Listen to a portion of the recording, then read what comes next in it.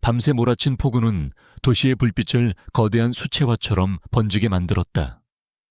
서울의 가장 후미진 골목, 역겨운 악취가 진동하는 쓰레기 수거함과 젖은 골판지 상자 더미 사이로 유민선은 웅크리고 있었다. 그녀는 이 축축하고 차가운 풍경에 일부 마치 버려진 걸레, 조각처럼 보였다. 낡고 해진 군용파카는 빗물을 머금어 납처럼 무거웠지만 그 아래 숨겨진 그녀의 눈은 어둠 속에서도 위험할 정도로 맑고 예리했다.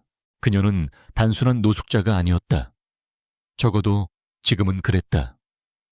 그녀는 도시의 가장 낮은 곳에 스며든 유령이었고 이 거대한 유기체의 혈관을 흐르는 모든 것을 관찰하는 그림자였다. 그녀의 감각은 극한까지 날카로워져 있었다. 빗방울이 아스팔트에 부딪히는 소리, 멀리서 들려오는 사이렌 소리, 심지어 몇 블록 떨어진 곳에서 취객이 고함치는 소리까지 모든 것이 그녀의 머릿속에서 분류되고 분석되었다. 민서는 이 구역을 지배하는 폭력 조직의 움직임을 파악하고 있었다.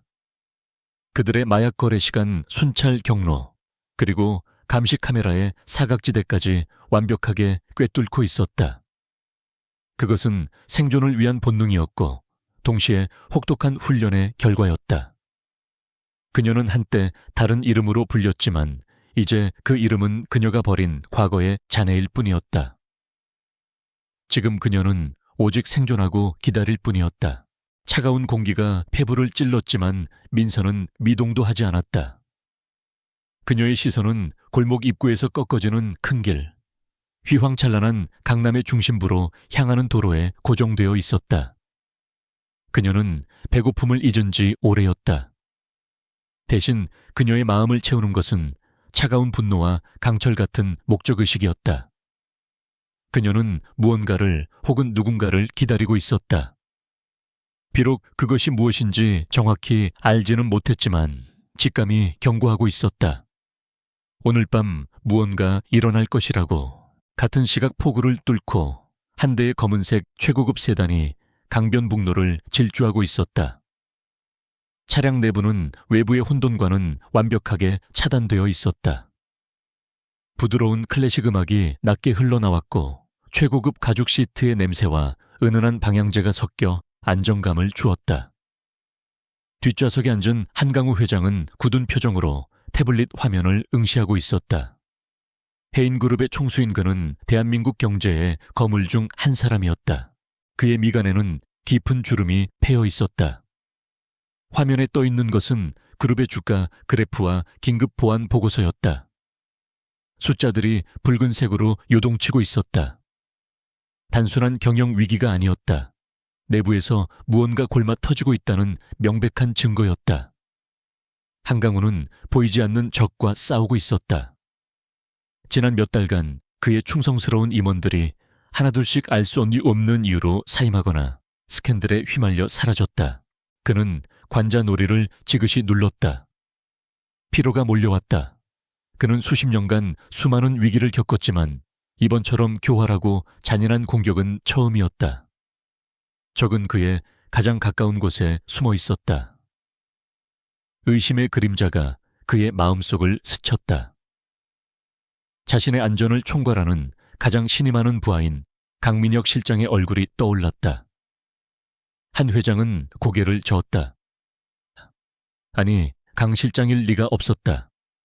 그는 자신의 생명의 은인이자 가장 헌신적인 방패였다. 회장님, 거의 다 도착했습니다. 운전석에서 낮은 목소리가 들려왔다.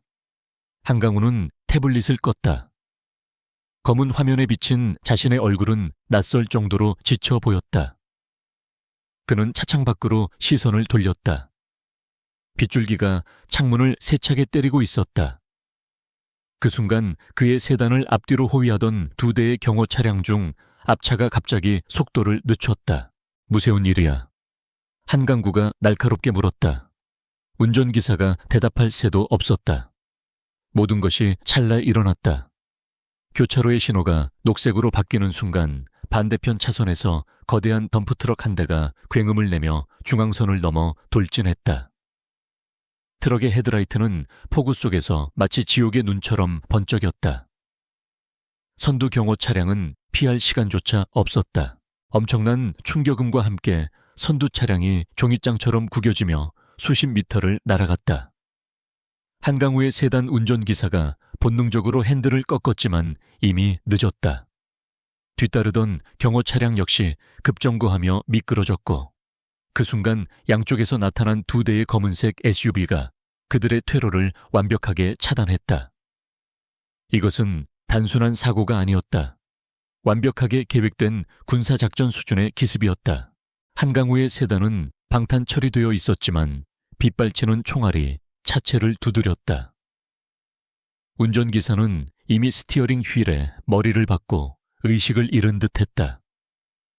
한강우는 충격으로 숨이 막혔다. 검은색 전술 복장을 한 괴한들이 SUV에서 쏟아져 나왔다. 그들은 망설임 없이 쓰러진 경호원들을 확인 사살하고 한강우가 탄 세단으로 접근했다. 그들의 움직임은 냉혹하고 기계적이었다. 괴한 중 한 명이 방탄 유리에 소형 폭발물을 부착하기 시작했다.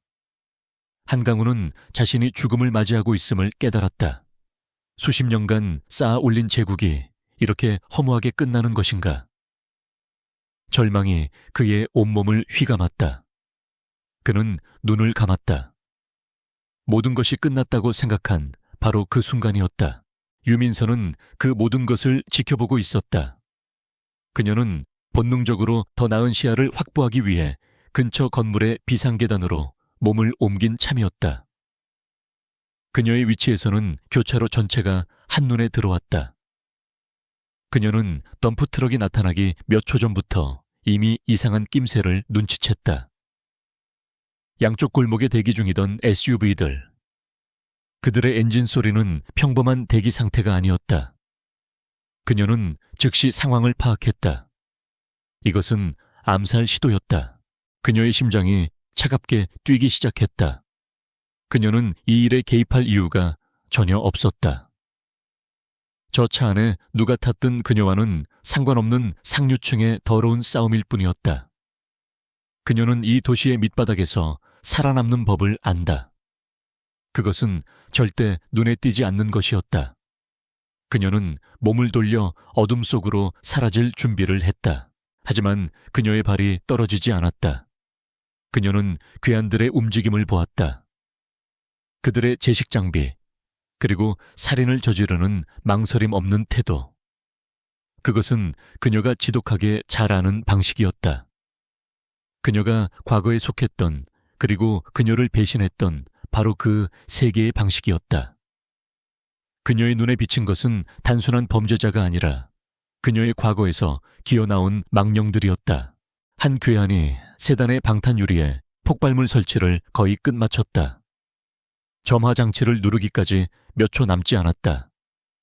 유민서의 뇌는 얼음처럼 차갑게 회전했다. 그녀는 주변을 훑었다. 비상계단 옆에는 공사장 자재들이 쌓여 있었다. 그녀의 손이 굵은 쇠파이프 하나를 쥐었다. 그것은 무기라기엔 초라했지만 지금 그녀에게는 그것뿐이었다. 그녀는 숨을 깊게 들이마셨다. 이것은 미친 짓이었다. 그녀가 지난 몇 년간 지켜온 모든 생존 규칙을 어기는 것이었다. 하지만 그녀의 몸은 이미 움직이고 있었다. 그녀는 어둠 속에서 한 마리 표범처럼 비상계단을 뛰어내렸다. 빗소리와 총성이 그녀의 움직임을 감췄다. 그녀는 그림자 속으로 녹아들며 혼돈의 현장을 향해 소리 없이 접근했다. 괴한이 차가운 금속성 점화 장치를 방탄 유리에 고정하는 순간 유민선은 움직였다. 그녀는 쇠파이프를 단단히 움켜쥐었다. 그것은 무기라기보다는 그녀의 의지를 지탱하는 지렛대였다. 그녀는 빗소리에 자신의 발소리를 완벽하게 숨겼다. 괴한들의 주인은 오직 견고한 세단문을 뚫는 데 집중되어 있었다. 남은 경호원 한 명이 쓰러진 차체 뒤에서 필사적으로 응사했지만 그것은 절박한 시간 끌기에 불과했다. 민서는 가장 가까운 SUV의 그림자를 타고 돌았다. 폭우가 그녀의 실루엣을 지워주었다. 그녀는 폭발물을 설치하던 괴한의 등 뒤로 유령처럼 접근했다. 남자는 마지막 연결을 확인하느라 고개를 숙이고 있었다. 민서는 망설이지 않았다. 그녀는 모든 힘을 쇠파이프 끝에 실어 남자의 오른쪽 손목을 내리쳤다. 뼈가 부러지는 둔탁한 소리가 빗소리에 묻혔다. 케이흐, 휴왕, 남자가 비명을 질렀다. 점화장치가 그의 손에서 떨어져 빗물이 고인 아스팔트 바닥으로 굴러갔다. 민서는 즉시 파이프를 휘둘러 그의 관자놀이를 가격했다. 남자는 소리 없이 쓰러졌다. 모든 것이 3초 안에 일어났다. 다른 괴한들이 상황을 파악하고 총구를 돌렸을 때 민서는 이미 쓰러진 덤프트럭의 거대한 바퀴 뒤로 몸을 굴린 후였다. 총알이 그녀가 방금 전까지 있던 곳의 아스팔트를 꿰뚫었다. 거기 잡아 리더로 보이는 자가 외쳤다. 하지만 그들의 시야는 폭우와 전복된 차량들로 인해 제한적이었다. 민서는 떨어진 점화 장치를 향해 손을 뻗었다. 그것은 그녀의 예상을 확증해줄 증거였다. 그녀는 그것을 낚아채듯 움켜쥐고 파카 안주머니 깊숙이 밀어 넣었다. 그녀는 더 이상 머무를 이유가 없었다. 그녀의 개입은 끝났다. 차 안에 인물이 살든 죽든 그것은 이제 그녀의 소관이 아니었다. 그녀는 하수구 통로를 이용해 현장에서 벗어날 계획이었다. 그녀가 몸을 돌려 어두운 골목으로 다시 사라지려던 바로 그 순간 날카로운 사이렌 소리가 고막을 찢었다. 경찰이 아니었다. 훨씬 더 조직적이고 위압적인 소리였다. 방탄 처리된 검은색 SUV 3대가 굉음을 내며 현장에 도착했다. 차량들은 완벽한 방어 대형을 이루며 멈춰 섰고 즉시 전술 복장을 한 경호원들이 쏟아져 나왔다. 그들은 남은 괴한들과 즉각 교전을 시작했다. 하지만 그들의 등장은 괴한들에게 퇴각 신호가 된 듯했다. 살아남은 암살자들은 연막탄을 터뜨리고 남은 차량을 이용해 순식간에 사라졌다. 추격은 즉각적이었지만 민서의 눈은 다른 곳에 고정되어 있었다. 새로 도착한 SUV 중 중앙 차량에서 한 남자가 내렸다. 그는 폭풍우가 몰아치는 혼돈의 현장 한가운데 서 있었지만 마치 무대 위 배우처럼 침착하고 단정했다. 값비싼 맞춤 정장은 빗물에 젖지 않은 듯. 됐고 그의 머리는 흐트러짐이 없었다. 그는 강민혁 실장이었다. 해인그룹의 보안을 총괄하는 철벽의 방패. 민서는 숨을 죽였다.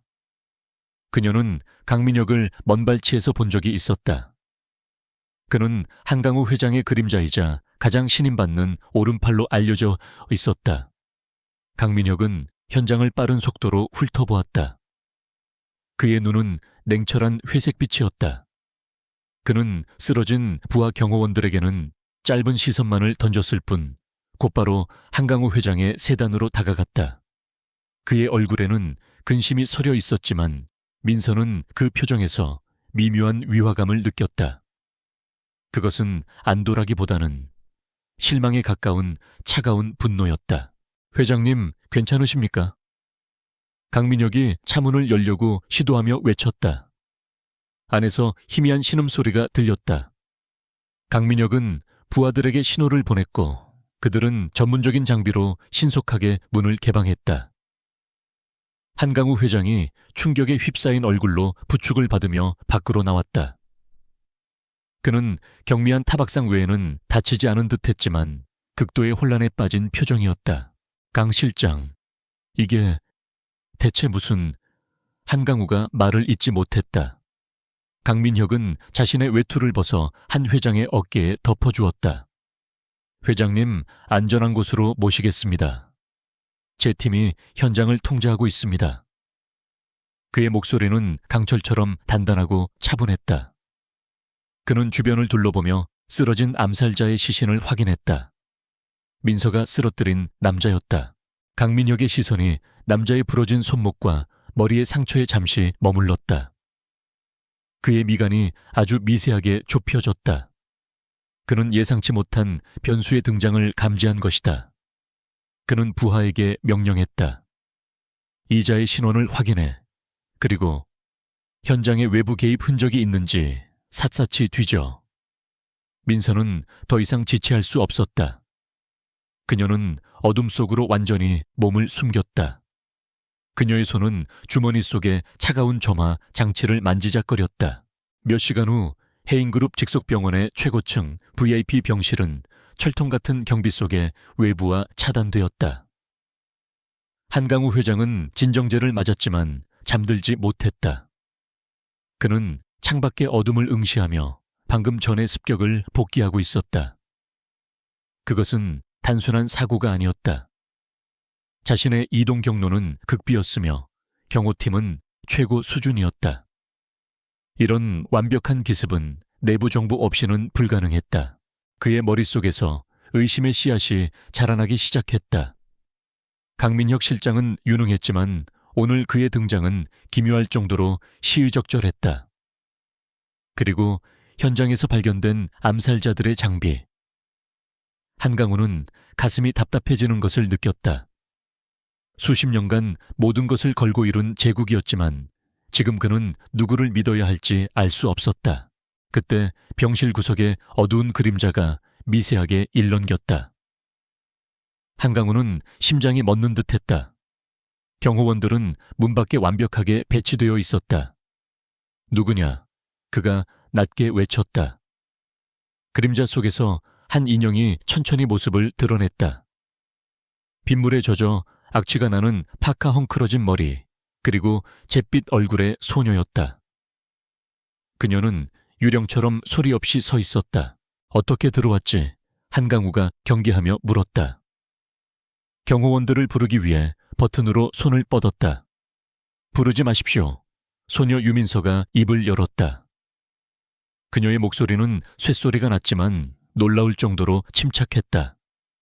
그들은 당신을 지켜주지 못합니다. 오늘 밤처럼 말이죠. 한강우는 손을 멈췄다. 그는 소녀의 눈을 보았다. 그 눈은 어린 소녀의 것이 아니었다. 그곳에는 나이를 가늠할 수 없는 깊은 심연과 지독한 냉정함이 담겨 있었다. 네가 현장에 있었나 나를 구한 게 너였군. 그는 직감적으로 깨달았다. 강민혁이 보고한 불명의 개입자가 바로 이 소녀라는 것을 구했다기보다는 그들의 계획을 방해했을 뿐입니다. 민서가 대답했다. 그녀는 한강우에게 천천히 다가갔다. 한강우는 그녀의 움직임에서 훈련받은 자의 기척을 느꼈다. 외지 원하는 게 뭐냐? 돈 얼마면 되지. 네가 원하는 만큼 주겠다. 백만장자인 그에게 목숨값은 언제나 돈으로 환산 가능했다. 민서는 고개를 저었다. 돈은 필요 없습니다. 그녀는 파카 안주머니에서 무언가를 꺼내 한강우의 침대 위로 던졌다. 그것은 그녀가 현장에서 회수한 점화 장치였다. 작고 검은 금속재 장치. 한강우는 그것을 집어들었다. 그의 손이 미세하게 떨리기 시작했다. 그는 이 장치를 알아보았다. 이건 그의 목소리가 갈라졌다. 이건 해인 시큐리티의 최신 프로토타입. 외부에는 절대 유출될 수 없는 물건이다. 그것은 오직 해인그룹의 최고 등급. 보안 시스템에만 사용되는 비인가 폭발물 기폭 장치였다. 그의 시선이 경악으로 물들며 민서에게 향했다. 이걸 어디서? 당신을 죽이려던 자의 손에서 빼앗았습니다. 민서가 차갑게 말했다. 이 장치에 접근할 수 있는 사람은 극소수입니다. 그리고 오늘 밤 당신의 이동 경로를 정확히 알고 있었던 사람 동시에 이 장치를 암살자들에게 전달할 수 있었던 사람. 답은 하나뿐이죠. 한강우의 호흡이 가빠졌다. 그는 소녀가 의미하는 바를 정확히 알았다. 그의 머릿속에서 모든 조각이 맞춰지기 시작했다. 충성스러운 부하들의 연이은 실각 내부 정보 유출, 그리고 오늘 밤의 완벽한 기습. 그 모든 것의 중심에 한 사람의 얼굴이 떠올랐다. 강민혁, 자신의 가장 신임했던 방패, 아니야. 그럴 리가 없어. 한강우는 부정하려 했지만 손안의 증거는 차갑고 단단했다. 그는 무너지는 듯한 배신감 속에서 민서를 바라보았다. 이 작은 소녀는 그의 목숨뿐만 아니라 그가 믿었던 세계 전체를 구한 것일지도 몰랐다. 말해라. 네가 원하는 것을. 그의 목소리는 이제 애원이 아닌 절박한 거래의 음성이었다. 네가 원하는 것이라면 무엇이든 내 제국의 절반이라도 주겠다. 유민서는 창밖의 도시를 바라보았다. 빗줄기가 조금씩 잦아들고 있었다. 그녀는 천천히 돌아섰다. 그녀의 눈은 한강우의 부와 권력이 아닌 그 너머의 것을 꿰뚫어 보고 있었다. 그녀가 입을 열었을 때 그 요구는 백만장자가 상상할 수 있는 모든 것을 뛰어넘는 것이었다. 당신의 제국은 필요 없습니다. 그녀가 낮게 말했다. 나는 당신의 힘을 원합니다. 나를 당신의 그림자로 쓰십시오. 한강우는 숨을 삼켰다. 내가 원하는 것은. 민서의 눈이 어둠 속에서 형형하게 빛났다. 강민혁 실장입니다. 그에게 당신의 이름으로 접근할 수 있는 권한을 주십시오. 한강우 회장은 숨을 죽였다. 병실 안의 공기가 갑자기 납처럼 무겁게 가라앉았다.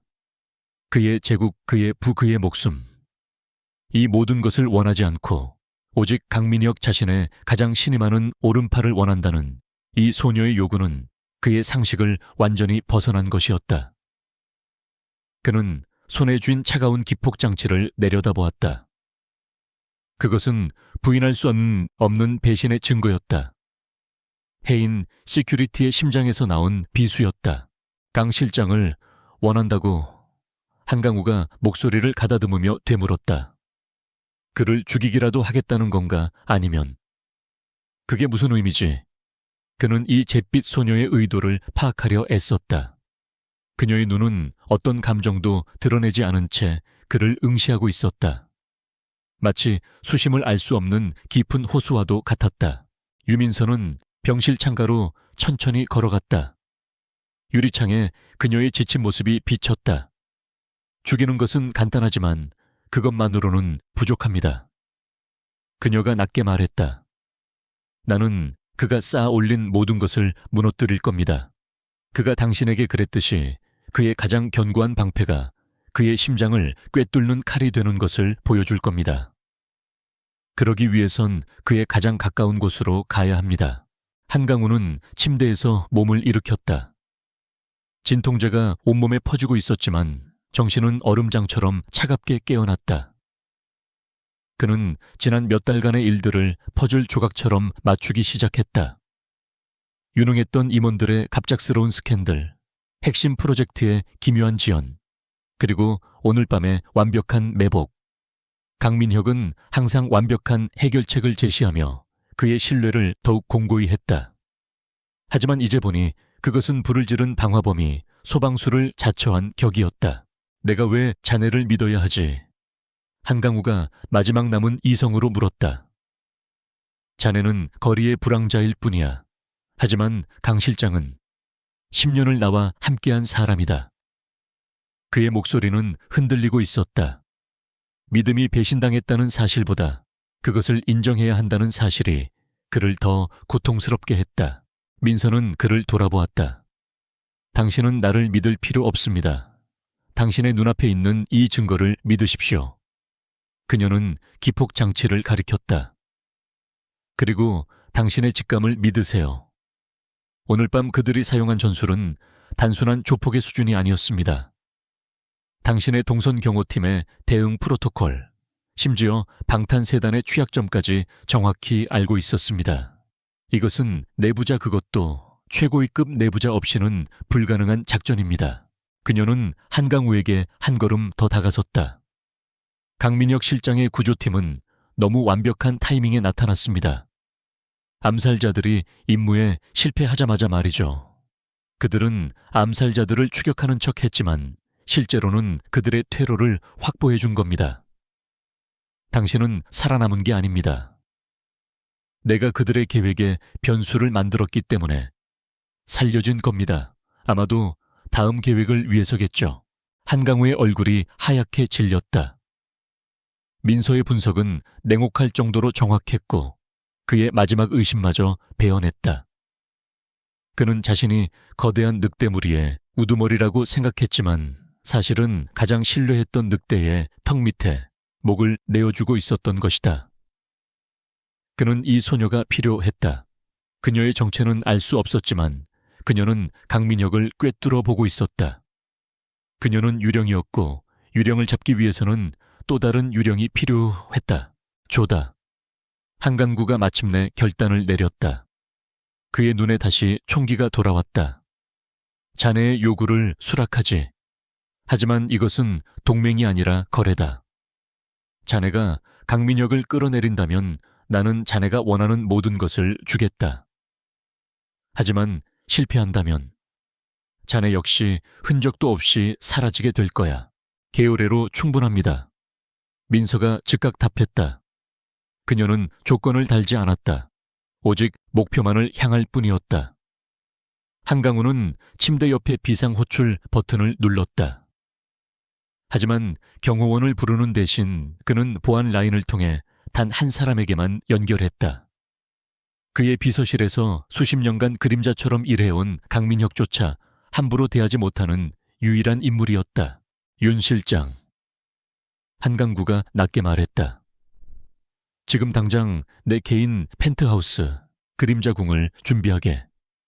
손님이 한 명 갈 거야. 모든 보안 등급을 해제하고 그녀에게 최고 접근 권한을 부여해. 그리고 내일 아침까지 유아영이라는 이름의 신규 인턴 아이디 카드를 만들게. 전략기획실 소속으로 수화기 너머에서는 어떠한 질문도 들려오지 않았다. 오직 알겠습니다, 회장님. 이라는 침착한 대답만이 돌아왔다. 한강우는 전화를 끊고 민서를 바라보았다. 유아영, 그것이 자네의 새 이름이다. 강남 한복판에 있지만 아무도 그 존재를 모르는 펜트하우스가 자네의 기지가 될 걸세. 그곳은 해인의 어떤 보안망에도 잡히지 않는 곳이야. 잠시 후 병실 뒷문으로 한 무리의 의료진이 들어왔다. 그들은 민서를 휠체어에 태우고 비밀 통로를 통해 병원을 빠져나갔다. 1시간 뒤 유민서는 서울의 스카이라인이 한눈에 내려다 보이는 거대한 통유리창 앞에 서 있었다. 그림자궁은 차갑고 미니멀하며 완벽하게 살균된 공간이었다. 그곳에는 인간적인 온기라고는 찾아볼 수 없었다. 마치 그녀 자신처럼. 그녀는 욕실로 들어가 몇 년 만에 처음으로 거울 속 자신을 마주했다. 헝클어진 머리카락 떼국물에 절어 본래 색을 잃은 피부, 그리고 모든 것을 포기한 듯. 단 노숙자의 옷. 그녀는 천천히 그 모든 것을 벗어던졌다.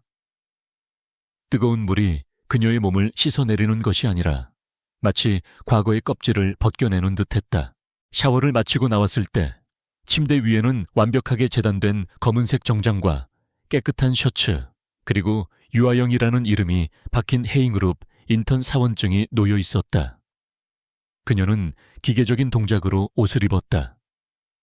정장은 그녀의 몸에 맞춘 듯 꼭 맞았다. 그녀는 다시 거울 앞에 섰다. 거울 속에는 더 이상 거리에 거린 유민서는 없었다.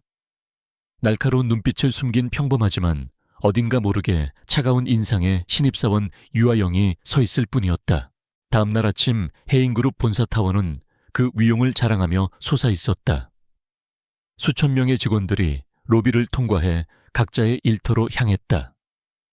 유아영 즉 민서는 그 인파 속에 섞여 있었다. 그녀는 거대한 유리와 강철의 성체를 올려다보았다. 저 꼭대기 어딘가에 그녀의 목표 강민혁이 있을 것이다. 그녀는 사원증을 스캐너에 태그했다. 삑 하는 가벼운 소리와 함께 게이트가 열렸다.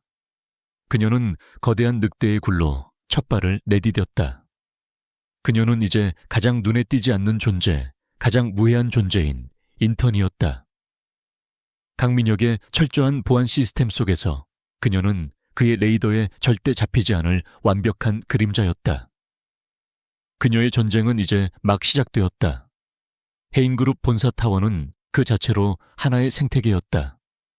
유리와 강철로 이루어진 거대한 성체는 서울의 스카이라인을 압도하며 그 안에서는 수만 명의 욕망과 야망이 격렬하게 충돌하고 있었다. 유아영 안이 유민서가 배속된 곳은 35층 전략기획실이었다. 그곳은 해인그룹의 두뇌이자 심장부로 그룹의 미래 전략이 수립되고 모든 핵심 정보가 거쳐가는 곳이었다. 동시에 가장 치열한 내부 정치의 격전지이기도 했다. 첫날 민서는 다른 신입 인턴들과 함께 딱딱한 오리엔테이션을 받았다. 그녀는 의도적으로 자신을 무채색으로 만들었다. 눈에 띄지 않는 회색 정장 최소한의 화장, 그리고 질문도 대답도 없는 조용한 태도. 그녀는 완벽한 배경의 일부가 되었다. 전략기획실의 날카로운 엘리트들은 그녀를 잊지만 없는 존재로 취급했다. 그녀에게 주어진 업무는 복사 커피 심부름, 그리고 방대한 양의 지난 보고서들을 파일링하는 단순 작업이었다. 하지만 민서에게 그 단순 작업은 완벽한 위장이었다. 그녀는 커피를 나르며 사무실의 구조를 파악했다. 임원들의 방위치, 비서들의 동선, 그리고 보안 카메라가 비추지 못하는 사각지대를 꼼꼼히 확인했다. 그녀는 복사실에서 파쇄 직전의 문서들을 흑익거리며 부서 간의 권력 흐름과 현재 진행 중인 프로젝트의 민감도를 파악했다. 그녀의 뇌는 스펀지처럼 모든 정보를 빨아들였다. 강민혁 실장은 50층 최고 임원 전용층에 집무실이 있었다.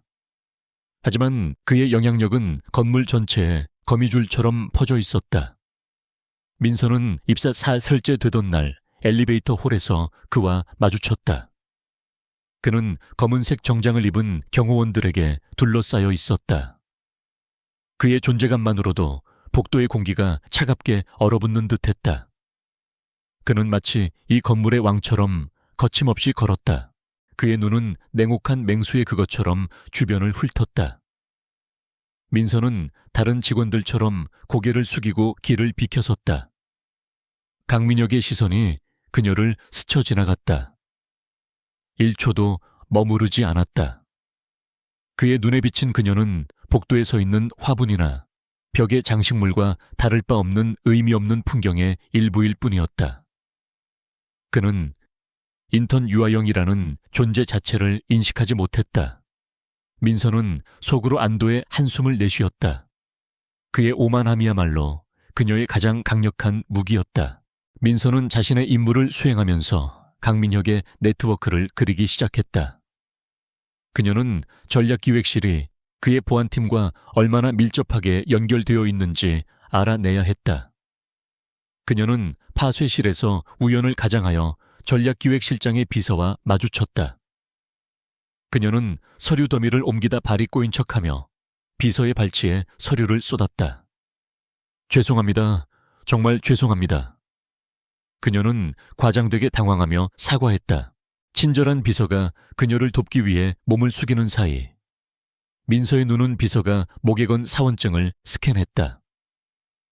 사원증에는 그녀의 이름과 직급 외에 식당 및 특정 구역 접근 권한을 나타내는 작은 보안 등급 코드가 인쇄되어 있었다. 그것은 민서의 것보다 2단계 높은 등급이었다. 민서는 비서의 컴퓨터 로그인 패턴을 파악하기 위해 그녀의 사무실에 커피를 배달할 때마다 그녀의 손가락 움직임과 시선이 머무는 곳을 암기했다. 그녀의 진짜 목표는 물리적인 공간이 아니라 디지털 영역이었다. 해인그룹의 메인 서버는 철벽이었지만 강민혁은 분명 자신만의 그림자 네트워크를 운영하고 있을 터였다. 한강우 회장을 속이고 그런 거대한 음모를 꾸미려면 그룹의 공식적인 감시망을 벗어난 통신 및 자금 관리 채널이 필수적이기 때문이었다. 민서는 그것을 찾아야 했다. 입사 2주차 금요일 밤 전략기획실의 모든 직원이 퇴근한 후였다.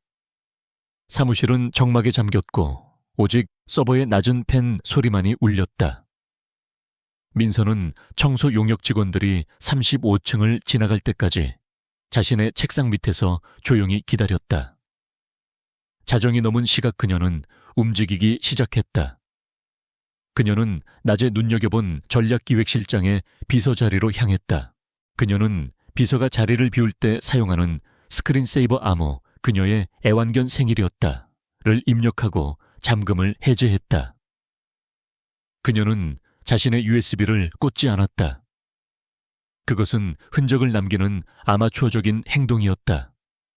대신 그녀는 비서의 권한을 이용해 그룹 내부망의 파일 디렉터리에 접근했다. 그녀는 강민혁의 보안팀이 전략기획실에 보낸 보안 강화 권고안 관련 첨부 파일들을 찾아냈다. 그 파일들은 겉보기에는 평범한 문서였지만 민서는 그 파일의 메타데이터와 속성 코드에 숨겨진 미세한 이상점을 발견했다. 그것은 특정 IP 주소 대역으로 연결되는 백도어 경로를 암시하고 있었다. 그녀는 그 경로를 추적하기 시작했다. 그녀의 손가락이 키보드 위에서 춤을 추듯 빠르고 정확하게 움직였다. 그녀는 공식적인 해인 네트워크의 방화벽을 우회하여 더 깊고 어두운 곳으로 파고들었다. 그 순간이었다.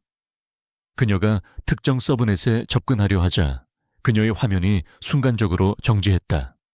경고창도 오류 메시지도 없었다. 하지만 민서의 등골에 차가운 식은땀이 흘렀다. 이것은 단순한 네트워크 지연이 아니었다. 그녀의 접근을 누군가 혹은 무언가가 감지하고 즉각적으로 차단한 것이다. 그녀는 함정을 건드린 것이다. 같은 시각 타워 최상층 펜트하우스에서 강민혁은 와인잔을 들고 야경을 내려다보고 있었다. 그의 개인 태블릿에서 낮은 경고음이 울렸다. 메인 보안실이 아닌 그의 직속 알파팀에게만 연결된 특수보안망의 경고였다. 그는 태블릿을 집어들었다. 침입 시도. 접근 위치는 35층 전략기획실 접근 아이디는 유아영, 인턴이었다. 강민혁은 어이없다는 듯 헛웃음을 쳤다. 인턴 덕은 그는 화면을 노려보았다. 접근 로그는 매우 교묘했다. 단순한 호기심으로 클릭한 수준이 아니었다. 누군가가 의도적으로 자신의 그림자 네트워크 외곽을 건드린 것이다. 하지만 그 수법이 너무 정교해서 오히려 인턴이라는 아이디와 어울리지 않았다. 멍청한 쥐새끼가 호기심에 발을 잘못 디뎠군. 강민혁은 중얼거렸다. 그는 이것을 심각한 위협으로 받아들이지 않았다. 자신의 철벽 같은 시스템에 감히 누가 도전한단 말인가. 아마도 전략기획실의 누군가가 이 멍청한 인턴의 아이디를 도용해 무언가를 캐내려다 실패한 것일 터였다. 그의 오만함은 그로 하여금 진실을 보지 못하게 만들었다. 김 팀장. 그가 내부 통신으로 불렀다. 35층에 쥐새끼가 하나 들어온 것 같다. 시끄럽게 굴지 말고 조용히 가서 확인해봐. 단순한 실수일 수도 있으니 겁만 줘서 돌려보내. 그는 유아영이라는 이름을 기억 속에 담아두었지만 그것은 위협이 아닌 처리해야 할 사소한 문제로서였다. 그는 알파팀의 정예 요원이 아닌 하급기술 요원 한 명을 보냈다. 35층에서 민서는 즉시 모든 연결을 끊었다. 그녀는 본능적으로 위험을 감지했다. 그녀는 비서의 컴퓨터에서 자신의 접근 흔적을 지우기 시작했다. 단순한 로그 삭제가 아니었다. 그녀는 시스템 타임스탬프를 조작하고 로그 파일 자체를 원본과 동일하게 재구성하여 마치 아무 일도 없었던 것처럼 위장했다.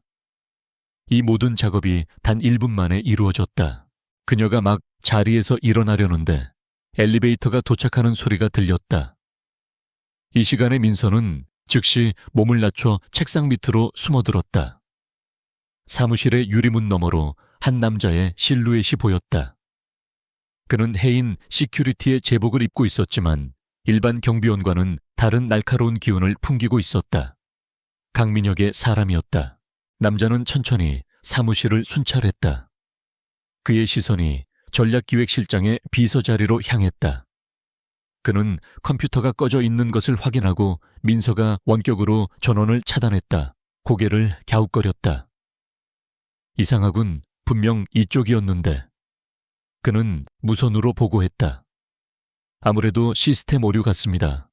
35층은 깨끗합니다. 민서는 숨을 죽였다.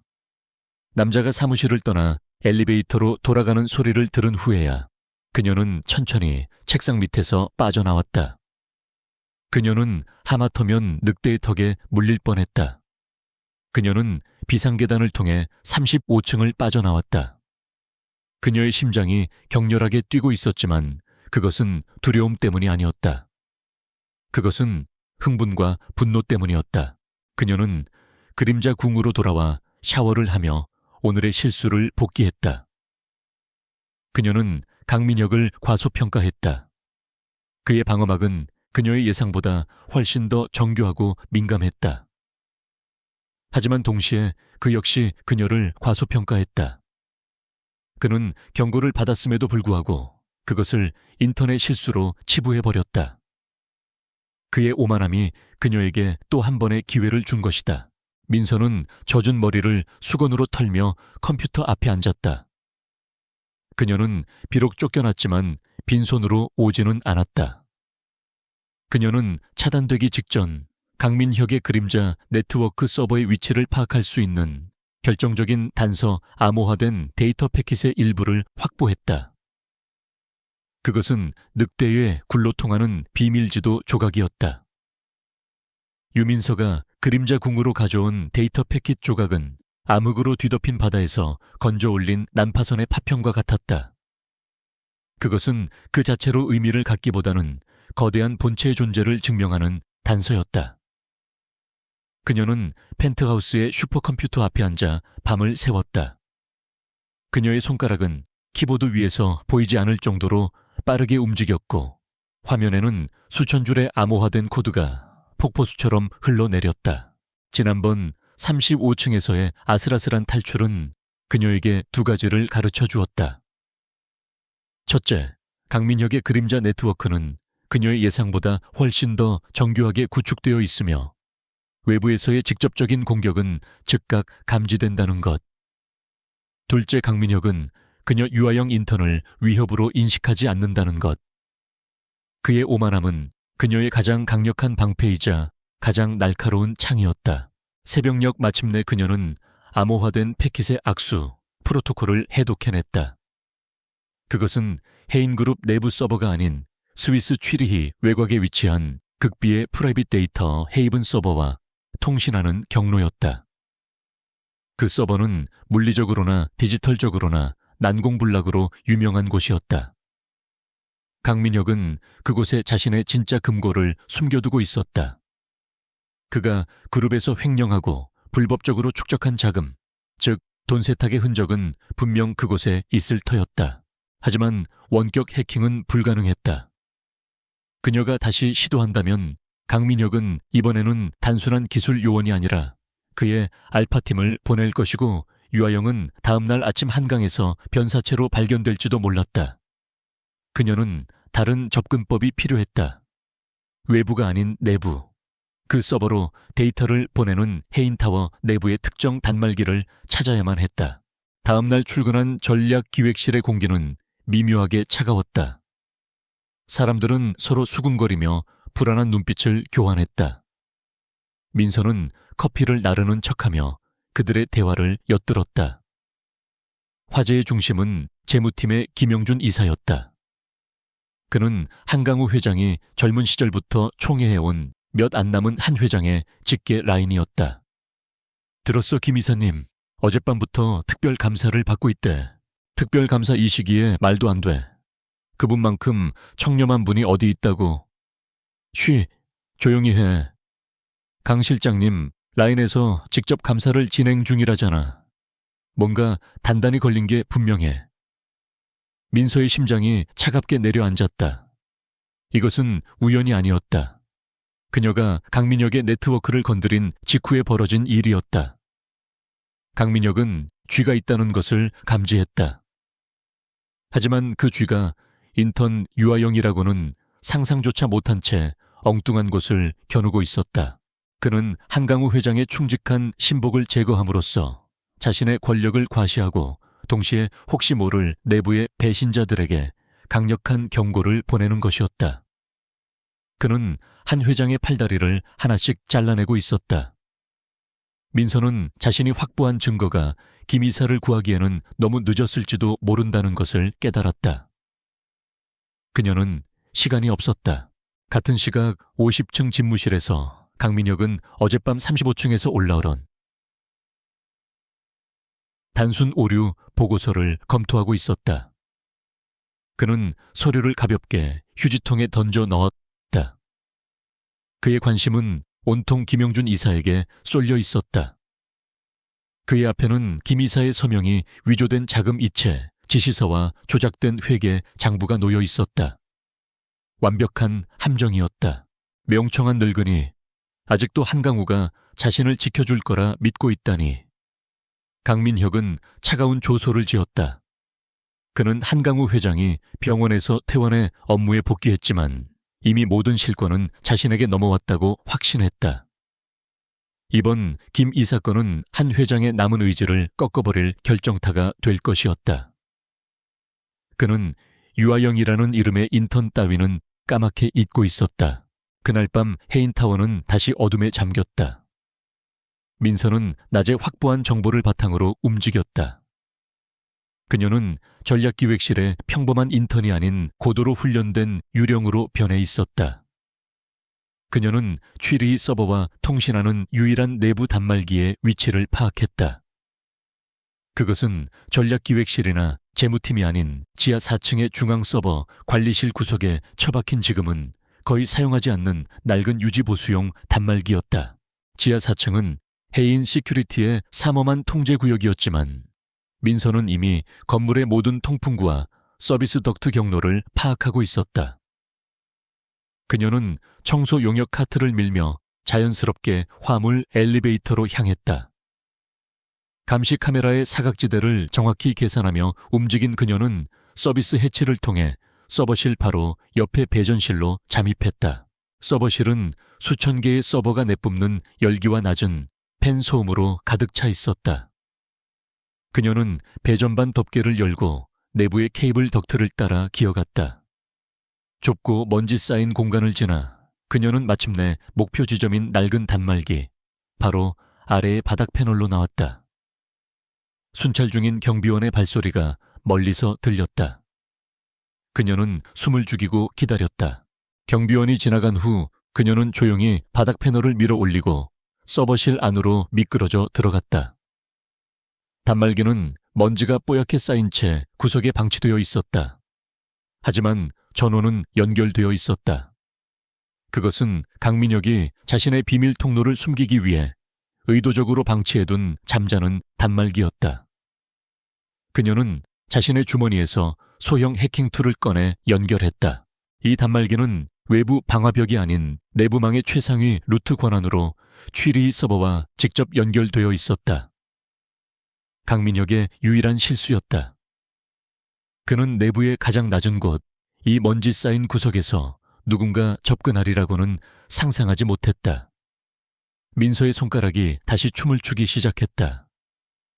그녀는 강민혁이 구축한 보안 프로토콜을 우회하는 것이 아니라 아예 관리자 권한을 탈취해버렸다.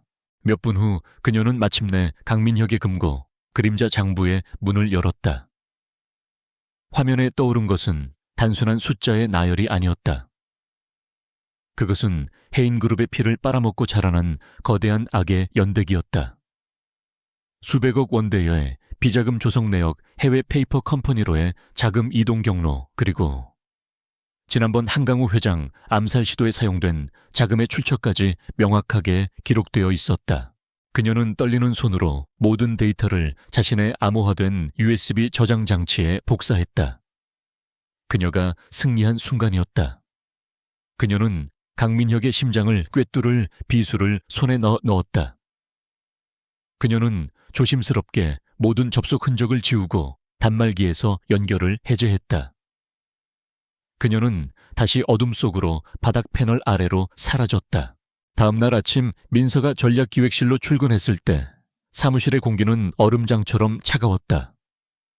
모든 직원들이 로비 쪽을 바라보며 침묵을 지키고 있었다. 잠시 후 엘리베이터 문이 열리고 강민혁 실장의 직속 보안팀 요원 2명이 나타났다. 그들은 망설임 없이 재무팀 사무실로 걸어 들어갔다. 몇 분 후 그들이 다시 나타났을 때 그들의 손에는 얼굴이 하얗게 질린 김영준 이사가 붙들려 치고 있었다. 이게 무슨 짓인가 놔. 강 실장 자네가 감히 어떻게 나에게 이럴 수 있나. 김 이사가 격렬하게 저항했지만 요원들은 그를 무자비하게 끌고 갔다. 직원들은 공포에 질린 눈으로 그 모습을 지켜볼 뿐 아무도 감히 나서지 못했다.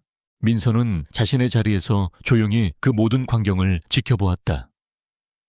그녀의 주머니 속에는 강민혁의 모든 범죄가 담긴 USB가 차갑게 만져졌다. 그녀는 괴물의 심장을 훔쳤지만 괴물은 여전히 한강우 회장의 충신을 제물로 삼키고 있었다. 강민혁은 승리를 확신하며 김 이사를 끌고 갔지만 그는 알지 못했다. 가장 무해하다고 여겼던 작은 인턴이 자신의 숨통을 끊을 칼을 갈고 있다는 것을. 그림자궁의 삭막한 펜트하우스는 유민서의 작전 기지이자 그녀의 과거를 가둔 감옥이 되었다. 그녀는 책상 앞에 앉아 밤을 지새우고 있었다.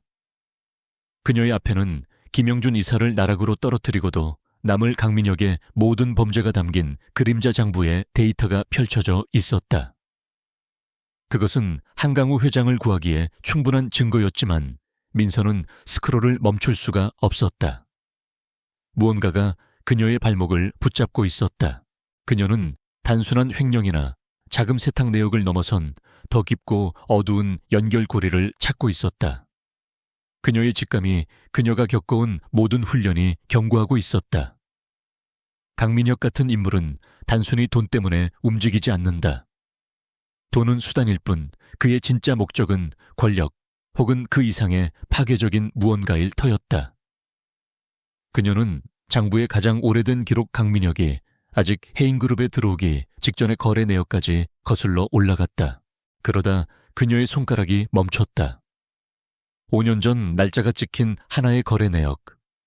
거액의 자금이 아르고스 솔루션이라는 유령 회사로 송금된 기록이었다. 날짜 5년 전 10월 23일.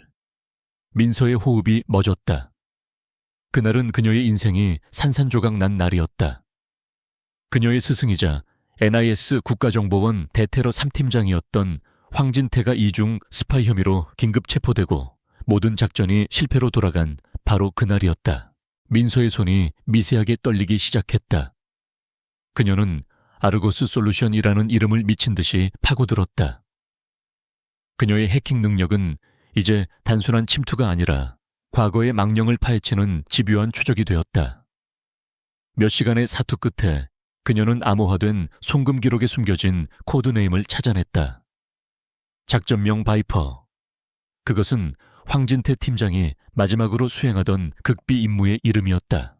민서는 의자 등받이에 몸을 기댔다. 방 안의 공기가 희박해지는 것 같았다. 모든 조각이 맞춰지고 있었다. 황 팀장은 배신자가 아니었다. 그는 내부의 적을 추적하고 있었고 바이퍼는 그 적을 덫으로 유인하기 위한 역정보 작전이었다. 하지만 그는 배신당했다. 그리고 그 배신의 중심에 강민혁이 있었다. 그림자 장부는 강민혁이 바이퍼 작전의 정보를 적대 세력에게 팔아넘기고 그 대가로 받은 자금을 아르고스 솔루션을 통해 세탁했음을 증명하고 있었다. 황 팀장은 모든 것을 뒤집었었다. 그는 체포된 지 사흘 만에 조사실에서 스스로 목숨을 끊었다고 발표되었다. 하지만 민서는 믿지 않았다. 그리고 이제 그녀는 확신했다. 강민혁이 황 팀장을 제거하고 그 공로와 자금력을 바탕으로 해인그룹이라는 새로운 성체에 입성한 것이다. 민서는 눈을 감았다. 차가운 분노가 그녀의 혈관을 타고 흘렀다. 이것은 더 이상 한강우 회장을 위한 대리전이 아니었다. 이것은 그녀 자신의 전쟁이었다. 스승의 복수이자 빼앗긴 자신의 삶을 되찾기 위한 싸움이었다. 그녀는 즉시 한강우 회장에게 비밀 연락을 취했다. 한 회장은 김영준 이사를 잃은 후 극도의 경계 태세 속에서 은신처에 머물고 있었다. 민서는 그림자궁으로 그를 불렀다. 한강우가 펜트하우스에 도착했을 때 그는 민서의 얼굴에서 이전에는 볼 수 없었던 살기를 느꼈다. 그녀는 말이 없었다. 그저 모니터 화면을 돌려 그에게 모든 것을 보여주었다. 한강구는 화면에 떠오른 기록들을 보며 할 말을 잃었다. 단순한 기업 사냥꾼이 아니었다. 강민혁은 국가를 배신한 매국노이자 냉혈한 살인마였다. 이게 사실인가? 한 회장이 떨리는 목소리로 물었다. 황진태 팀장, 5년 전 그 떠들썩했던 간첩 사건, 그게 전부 조작이었단 말인가? 강민혁은 당신의 돈뿐만 아니라 내 스승의 목숨과 내 인생을 훔쳤습니다. 민서가 차갑게 말했다. 그는 이제 당신의 그룹을 통째로 삼키고 그것을 발판 삼아 더 큰 악행을 저지를 겁니다. 이 USB 안에 그가 저지른 모든 범죄의 증거가 있습니다. 그녀는 데이터를 복사한 USB를 한강우 앞에 내밀었다. 한강구는 USB를 굳게 움켜쥐었다. 그는 이제 민서를 단순한 거래 대상이나 유용한 도구로 보지 않았다. 그녀는 자신과 마찬가지로 강민혁이라는 괴물에게 모든 것을 빼앗긴 피해자이자 유일한 동지였다. 우리가 어떻게 해야 하지? 이 증거를 당장 검찰에 넘겨야. 아닙니다. 민서가 그의 말을 잘랐다. 강민혁은 이미 사법부와 언론에도 손을 뻗어 놨을 겁니다. 5년 전에도 그랬듯이 그는 이 증거를 덮어버리거나 또 다른 누군가에게 뒤집어 씌울 겁니다. 그를 잡으려면 그의 손발을 모두 묶고 그가 가장 신뢰하는 시스템 안에서 그를 무너뜨려야 합니다. 그들의 동맹은 피와 복수라는 이름으로 더욱 견고해졌다. 한편 50층의 강민혁은 승리에 도취해 있으면서도 설명할 수 없는 불안감에 휩싸여 있었다. 김영준 이사를 성공적으로 제거했지만 한강우 회장의 반응이 예상외로 조용했다. 마치 폭풍 전의 고요함처럼. 그리고 며칠 전 35층에서 감지되었던 그 사소한 오류. 그의 완벽주의적인 성격이 그 작은 불일치를 그냥 넘기지 못하게 했다. 쥐새끼가 한 마리 더 있는 게 분명해. 그는 집무실을 서성거리며 중얼거렸다. 김영준은 너무 쉽게 무너졌다. 마치 누군가 그를 미끼로 던져준 것처럼. 강민혁은 자신이 사냥을 하고 있다고 생각했지만 어쩌면 자신이 더 큰 덫 안으로 유인당하고 있는 것일지도 모른다는 의심이 들기 시작했다. 그는 남은 한강우의 충신들을 시험해 보기로 결심했다. 그는 즉시 알파팀을 시켜 정교한 역정보를 흘렸다. 해인그룹의 R&D 센터가 개발 중인 차세대 배터리 기술의 핵심 데이터에 심각한 보안 결함이 발견되었으며 이 데이터가 이번 주말 비밀리에 외부 서버로 백업될 것이라는 가짜 정보였다. 이 정보는 오직 한강우 회장의 최측근 임원 몇 명만이 접근할 수 있는 최고 보안 등급 채널을 통해 유출되었다. 물론 이 외부 서버는 강민혁이 파놓은 치명적인 함정이었다. 한강우 회장은 즉시 이 정보를 민서와 공유했다. 민서는 데이터를 분석하자마자 그것이 함정임을 간파했다. 이건 가짜입니다. 기술 데이터의 구조가 아니라 접근자를 추적하기 위한 허니팟입니다. 절대 반응해서는 안 됩니다. 하지만 강민혁의 덫은 이미 다른 곳에서 작동하고 있었다. R&D 센터를 총괄하는 박진우 전무. 그는 한강우 회장의 기술 고문이자 마지막 남은 충신 중 한 사람이었다. 그는 강민혁의 감시망 때문에 한 회장과 직접적인 접촉이 차단된 상태였다. 그는 이 가짜 정보를 입수하고 경악했다. 그는 자신의 평생이 담긴 기술이 유출될 위기에 처했다고 믿었다. 박 전무는 한 회장에게 경고해야 한다고 생각했지만 모든 통신이 감청당하고 있었다. 그는 스스로 이 유출을 막아야 한다는 절박함에 사로잡혔다. 그는 자신의 보안 권한을 이용해 강민혁이 만들어 놓은 가짜 외부 서버에 접속을 시도했다. 기술을 지키기 위한 필사적인 행동이었다. 그 순간 강민혁의 집무실에 설치된 특수 경보 시스템이 맹렬하게 울리기 시작했다. 화면에는 박진우 전무의 아이디와 함께 허니팟 서버에 접속하는 로그가 선명하게 떠올랐다. 찾았다. 강민혁의 입가에 잔인한 미소가 번졌다. 역시 늙은 여우의 마지막 발악이었군. 한강우, 당신의 마지막 남은 팔도 내가 잘라주지.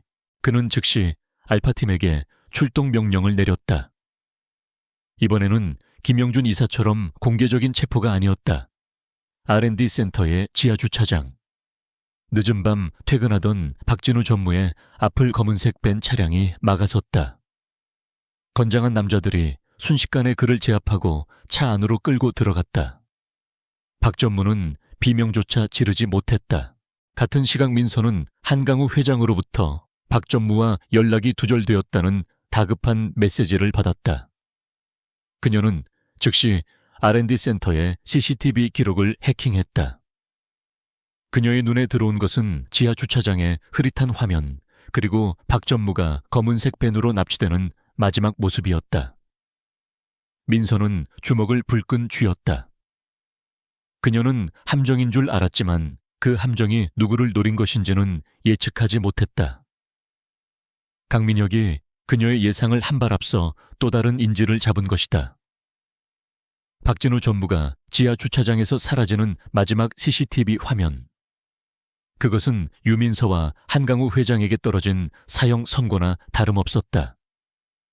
강민혁이 마침내 그의 진짜 이빨을 드러낸 것이다.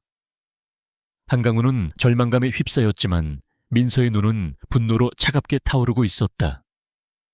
그녀는 박 전무가 단순한 인질이 아니라 강민혁의 다음 계획을 위한 열쇠임을 직감했다. 시간이 없습니다. 민서가 그림자궁의 메인 컴퓨터 앞에 앉으며 말했다. 그녀의 손가락이 폭풍처럼 키보드를 두드리기 시작했다. 그들은 박 전무를 심문하거나 혹은 이미 제거하려 할 겁니다. 그녀는 더 이상 유아용 인턴에 가면 뒤에 숨을 여유가 없었다. 그녀는 지금 당장 움직여야 했다. 그녀는 해킹한 CCTV 기록을 바탕으로 검은색 밴의 차량 번호를 확보했다. 하지만 그 번호판은 즉시 위조로 판명되었다. 강민혁의 알파팀은 나 흔적을 남기지 않았다. 민서는 추적 방식을 바꾸었다. 그녀는 차량 자체가 아닌 그 차량이 통과한 경로의 모든 민감 및 공공카메라 네트워크에 동시 다발적으로 침투했다. 한강우 회장의 최고 보안 등급 코드가 그녀의 길을 열어주었다. 서울시의 교통통제 시스템이 그녀의 소나기 안에서 재편성되었다. 수백 개의 화면이 모니터에 떠올랐다. 검은색 밴은 도심을 벗어나 인천항 근처에 버려진 공업지대로 향하고 있었다. 그곳은 법과 질서가 미치지 않는 강민혁이 자신만의 왕국을 건설하기에 완벽한 장소였다. 찾았습니다. 민서가 위성 지도를 확대했다. 차량은 세양 로지스틱스라는 이름의 폐쇄된 물류 창고 단지로 진입했다. 서류상으로는 파산한 유령 회사였지만 민서가 접속한 열감지 위성 영상에는 달랐다. 창고 외곽에는 삼엄한 경비 인력이 배치되어 있었고 중앙 건물에서는 높은 열원이 감지되었다. 그곳은 강민혁의 블랙사이트, 그의 사설 감옥이자 고문실이었다. 한강우는 자신의 전용 헬기를 띄우려 했지만 민서가 저지했다. 그들이 박 전무를 방패 삼을 겁니다. 정면 돌파는 불가능해요. 이건 제가 직접 가야 합니다. 한강우는 이 작은 소녀가 무엇을 하려는지 깨닫고 경악했지만 그녀의 눈빛을 보고는 반박할 수 없었다. 그녀는 이미 결심을 굳혔다. 민서는 그림자궁에 숨겨진 벽장을 열었다. 한 회장의 비서실장이 만일을 대비해 준비해둔 그러나 한 번도 사용된 적 없는 장비들이 그곳에 있었다. 검은색 전술 슈트, 비금 속성 침투 장비, 그리고 해인의 어떤 네트워크와도 연결되지 않는 독립형 통신 장치. 민서가 이 장비들을 착용하는 모습은 더 이상 인턴 유아영이 아니었다. 그녀는 과거 NIS의 최정예 요원 그림자로 돌아가고 있었다. 1시간 후 민서는 물류 창고 단지의 어두운 그림자 속에 서 있었다. 비릿한 바닷바람이 그녀의 뺨을 스쳤다. 그녀는 한강우 회장과 보안 이어피스를 통해 연결되어 있었다. 한 회장은 그림자궁에서 그녀의 눈이 되어 창고의 설계도와 실시간 감시 정보를 제공했다. 경비는 12명, 4인 1조로 외곽을 순찰 중이다. 내부는 열감지 외에는 확인이 안 돼. 충분합니다. 민서는 가장 취약한 지점을 찾아 움직였다. 정문이 아닌 단지 뒤편의 거대한 배수관이었다.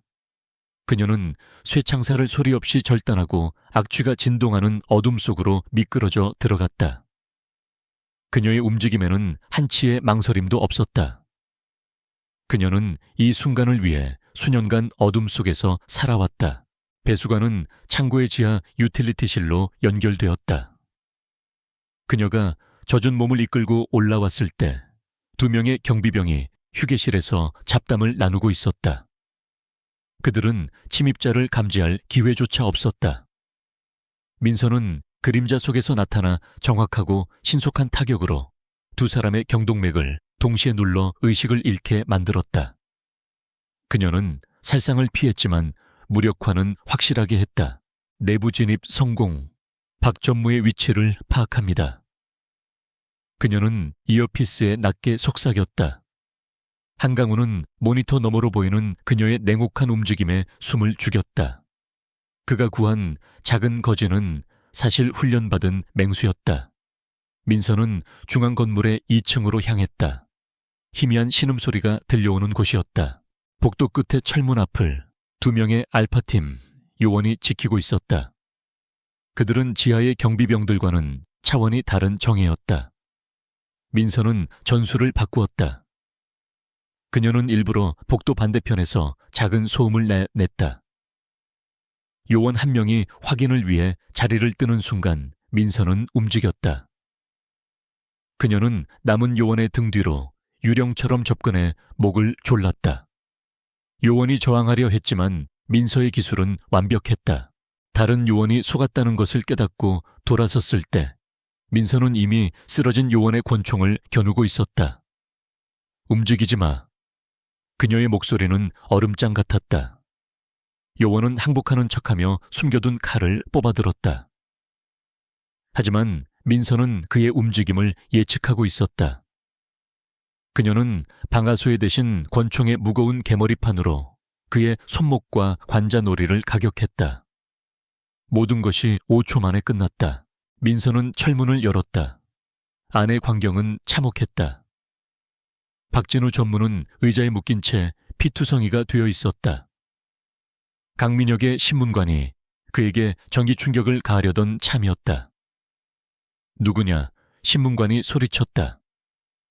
민서는 대답 대신 방 안으로 몸을 날렸다. 이곳에서의 싸움은 전과는 달랐다. 신문관은 고문 기술자이자 동시에 격투 전문가였다. 그는 전기 충격기를 휘둘렀다. 민서는 아슬아슬하게 피하며 그의 관절을 노렸다. 방 안의 집기들이 부서지며 격렬한 격투가 벌어졌다. 민서는 이 싸움에서 자신의 모든 능력을 개방해야 했다. 그녀는 더 이상 숨길 필요가 없었다. 그녀의 몸은 치명적인 무기처럼 움직였다. 결국 민서는 신문관의 팔을 꺾어 제압하고 그를 벽에 처박았다. 강민혁이 뭘 원하지? 그녀가 거칠게 물었다.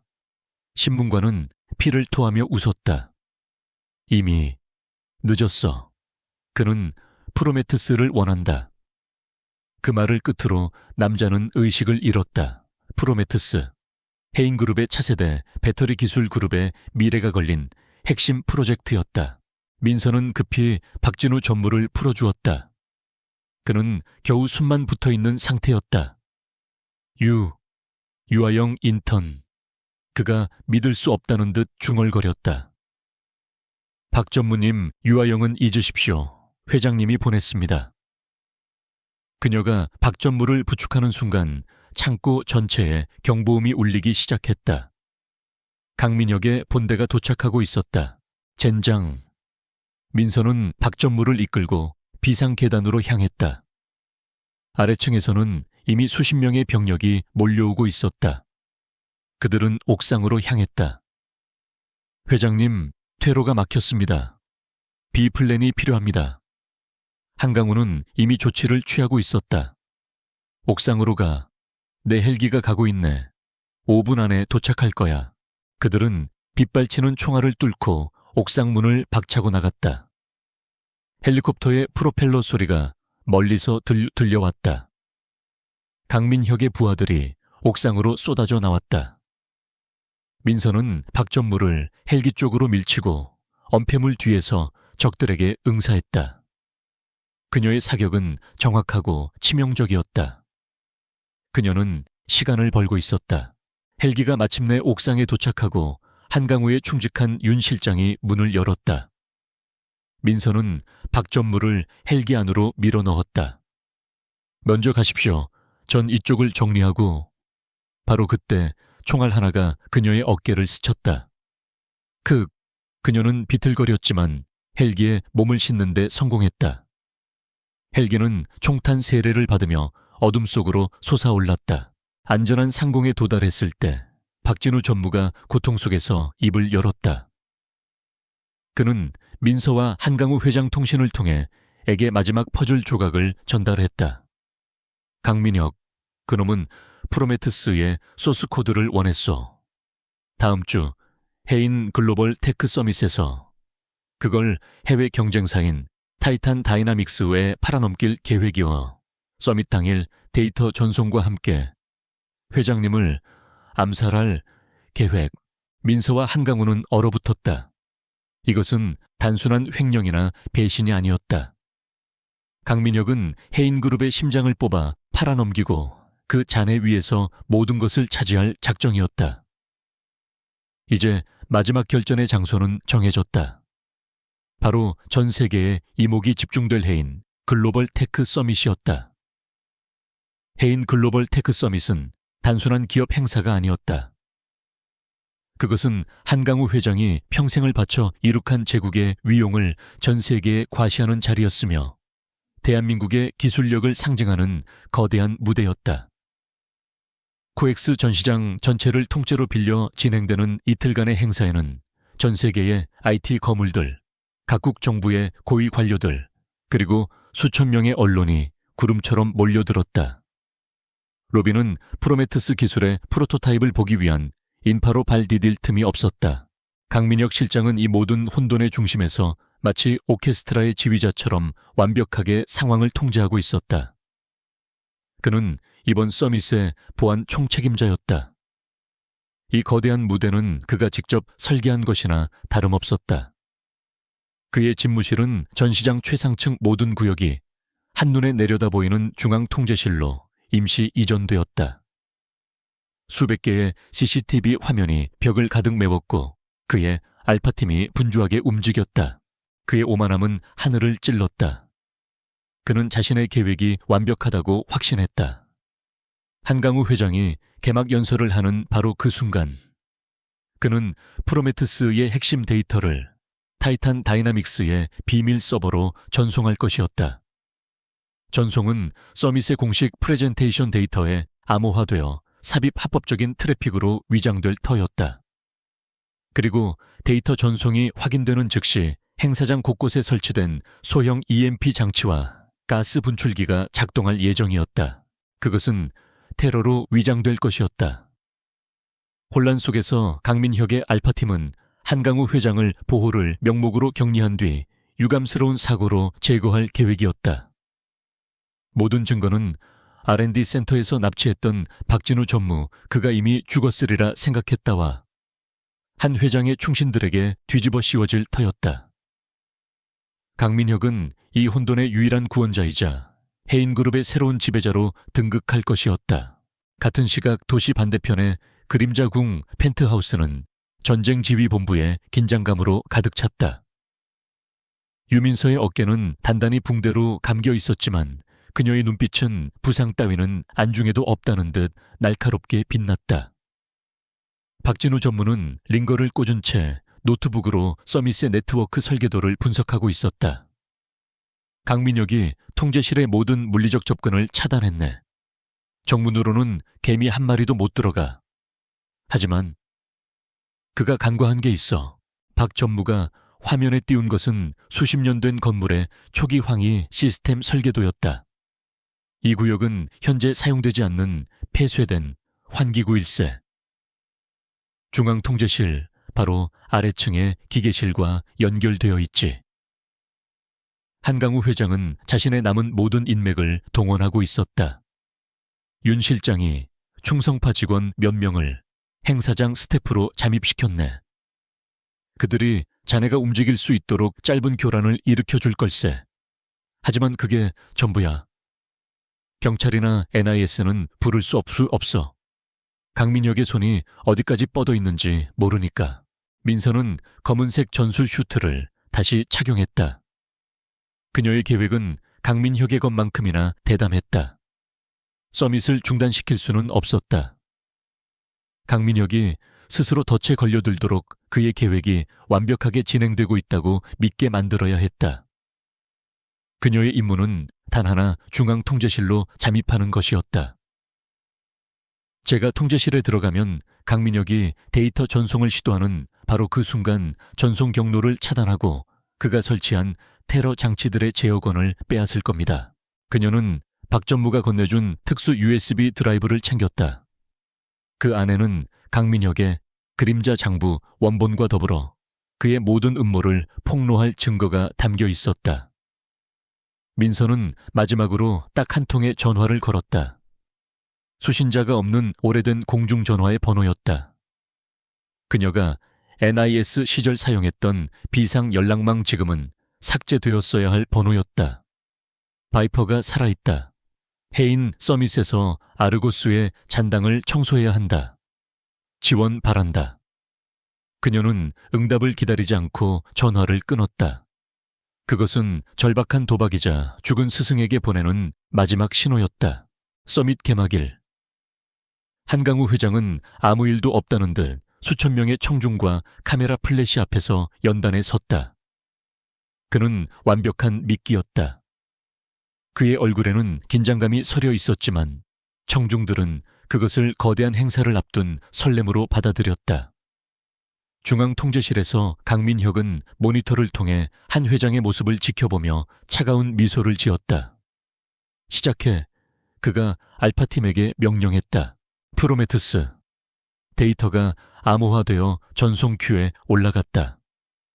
행사장 곳곳에 잠복한 강민혁의 부하들이 가스장치의 안전핀을 해제할 준비를 했다. 모든 것이 그의 시나리오대로 흘러가고 있었다. 그는 인턴 유아영은 물론 자신을 막을 그 어떤 존재도 상상하지 못했다. 그 시각 유민서는 전시장 지하 2층 먼지 쌓인 폐기계실의 어둠 속에 있었다. 그녀는 한치의 오차도 없이 박 전무가 알려준 환기구 덮개를 찾아냈다. 낡은 볼트를 풀자 위층의 소음과 함께 차가운 공기가 쏟아져 내렸다. 그녀는 좁고 어두운 통로를 향해 망설임 없이 몸을 밀어 넣었다. 그녀는 다시 유령이 되었다. 환기구 내부는 거미줄과 먼지로 가득했지만 민서는 소리 없이 기어갔다. 그녀의 위 몇 미터 두께의 콘크리트 너머에서 강민혁이 제국의 멸망을 지휘하고 있었다. 그녀가 중앙통제실 바로 아래 지점에 도달했을 때 한강우 회장의 개막연설이 클라이맥스를 향해 달려가고 있었다. 그리고 오늘 해인그룹은 프로메테우스와 함께 미래를 열 것입니다. 강민혁이 마우스를 쥐고 전송 버튼 위에 손가락을 올렸다. 바로 그 순간 행사장 반대편 구역에서 한강우가 심어둔 스태프가 의도적으로 화재 경보기를 작동시켰다. 통제실의 모니터 몇 개가 경보 화면으로 전환되며 요원들의 시선이 분산되었다. 제기랄 저건 뭐야, 당장 확인해. 강민혁이 소리쳤다. 그 찰나의 혼란을 틈타 민서는 환기구 바닥에 얇은 금속판을 뜯어내고 통제실 구석에 거대한 서벌렉 뒤편으로 소리 없이 착지했다. 그녀는 완벽하게 그림자 속에 몸을 숨겼다. 그녀는 늑대의 심장부 가장 위험한 속을 한가운데로 들어온 것이다. 강민혁과 그녀 사이의 거리는 불과 몇 미터. 그는 자신의 등 뒤에 죽음의 그림자가 드리워진 것을 알지 못한 채 다시 모니터로 고개를 돌렸다. 상관없어. 예정대로 진행한다. 그가 전송 버튼을 클릭했다. 강민혁이 전송 버튼을 누른 바로 그 순간 중앙통제실의 거대한 서버 렉 뒤편에서 유민서는 자신의 USB 드라이브를 비상포트에 꽂아 넣었다. 그녀의 손가락은 사형 집행인의 손길처럼 차갑고 단호했다. 그녀의 눈은 수백 개의 모니터를 훑으며 데이터 흐름을 추적했다. 프로메테스의 암호화된 데이터 패킷이 타이탄 다이나믹스의 해외 서버를 향해 흘러나가기 시작했다. 전송 시작, 10분 후 완료. 알파팀 요원이 보고했다. 강민혁은 만족스러운 미소를 지으며 팔짱을 꼈다. 그의 완벽한 시나리오가 마침내 마지막 장을 향해 가고 있었다. 그는 연단에서 열변을 토하는 한강우 회장의 클로즈업된 얼굴을 바라보았다. 잘 가라, 늙은이. 당신의 시대는 끝났어. 바로 그때였다. 유민서가 키보드에 명령어를 입력했다. 그녀는 전송을 막지 않았다. 그것은 강민혁의 경보 시스템을 즉각 작동시킬 것이었다. 대신 그녀는 Man in the Middle, Man in the Middle 공격을 감행했다. 그녀는 데이터의 목적지 주소를 교묘하게 바꾸어 버렸다. 타이탄 다이나믹스의 서버가 아닌 서밋 행사장 메인 스크린에 프레젠테이션 피드로 동시에 그녀는 전송되는 내용물을 교체했다. 그녀는 프로메테스 데이터를 차단하는 동시에 자신이 확보한 모든 증거, 강민혁의 그림자 장부, 횡령 내역 암살 지시, 녹음 파일 그리고 5년 전 아르고스 솔루션을 통해 황진태 팀장을 배신했던 모든 기록을 하나의 거대한 파일로 압축해 전송 스트림에 끼워 넣었다. 이상합니다, 실장님. 전송 속도가 불안정합니다. 한 요원이 당황하며 외쳤다. 강민혁의 미소가 굳어졌다. 무슨 소리야. 당장 안정화시켜. 하지만 이미 늦었다. 민서가 엔터키를 눌렀다. 그녀의 프로그램이 강민혁의 방화벽을 뚫고 관리자 권한을 완전히 탈취했다. 수천 명의 청중이 지켜보는 행사장 메인 스크린. 한강우 회장의 연설 영상이 갑자기 지지직거리며 검은 화면으로 바뀌었다. 청중들이 술렁이기 시작했다. 그리고 그 거대한 화면 위로 숫자가 빼곡히 적힌 스프레드 시트가 나타나기 시작했다. 강민혁의 비밀 계좌 번호 페이퍼 컴퍼니의 이름들, 그리고 한강우 제거 계획이라는 제목의 문서였다. 중앙통제실은 얼어붙었다. 모든 요원들이 자신의 눈을 의심했다. 강민혁은 화면을 바라보며 피가 빠져나가는 듯한 얼굴로 굳어졌다. 이게 뭐야? 당장 꺼피들을 차단해. 그가 미친 듯이 소리쳤다. 요원들이 콘솔을 조작했지만 아무것도 먹히지 않았다. 모든 제어건은 이미 민서의 손에 넘어가 있었다. 누구야? 대체 누구야? 강민혁이 절규하는 순간 서버렉 뒤편의 그림자 속에서 한 인형이 천천히 모습을 드러냈다. 검은색 전술 슈트 어깨에 감긴 붕대, 그리고 얼음처럼 차가운 눈. 강민혁은 그 얼굴을 알아보았다. 그의 기억 속 복도에서 고개를 숙이고 있던 무해한 존재. 너는 인턴. 그의 경악은 곧바로 살인적인 분노로 바뀌었다. 자신이 일개 인턴에게 감히 벌레처럼 여겼던 존재에게 모든 것을 농락당했다는 사실이 그의 이성을 마비시켰다. 전연을 죽여 그가 알파팀에게 명령했다. 동시에 그는 자신의 손목에 숨겨진 패닉 버튼을 눌렀다. 서밋 행사장 전체에 테러를 실행하라는 최후의 발악이었다. 너무 늦었어, 강민혁. 민서가 콘솔을 향해 몸을 날리며 외쳤다. 강민혁이 EMP와 가스 장치를 수동으로 격발시켰지만 민서는 이미 제어권을 장악한 후였다. 그녀는 모든 공격 명령을 중앙통제실 내부로 역류시켰다. 쾅하는 굉음과 함께 통제실 내부의 조명과 일부 모니터가 터져 나갔다. EMP가 외부가 아닌 내부에서 터진 것이다. 천장에 스프링클러 대신 강민혁이 설치했던 마취가스가 통제실 내부로 희미하게 새어나오기 시작했다. 요원들이 당황하며 총을 겨누었지만 민서는 이미 그들 사이로 파고들었다.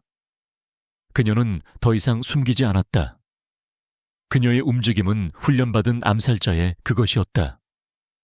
그녀는 요원들의 무기를 역이용해 그들을 순식간에 제압했다. 이제 통제실에는 민서와 강민혁 단둘만이 서 있었다. 스파크가 튀는 모니터 불빛이 두 사람의 얼굴을 비췄다. 밖에서는 행사장 전체가 아수라장이 되어 있었다. 거대한 스크린에는 5년 전 바이퍼 작전의 진실과 황진태 팀장의 사진이 떠올라 있었다. 강민혁은 모든 것을 잃었다는 것을 깨달았다. 하지만 그는 순순히 무너질 남자가 아니었다. 내년이었군. 처음부터 나를 노리고 들어온 거였어. 그가 겉옷을 벗어 던졌다. 정장 아래에는 단련된 근육과 흉터가 드러났다. 그는 단순한 관리자가 아니었다.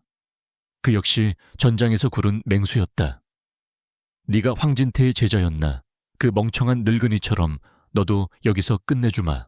두 사람의 격투가 시작되었다. 그것은 기술과 힘의 야만적인 충돌이었다. 강민혁은 압도적인 힘으로 민서를 밀어붙였다.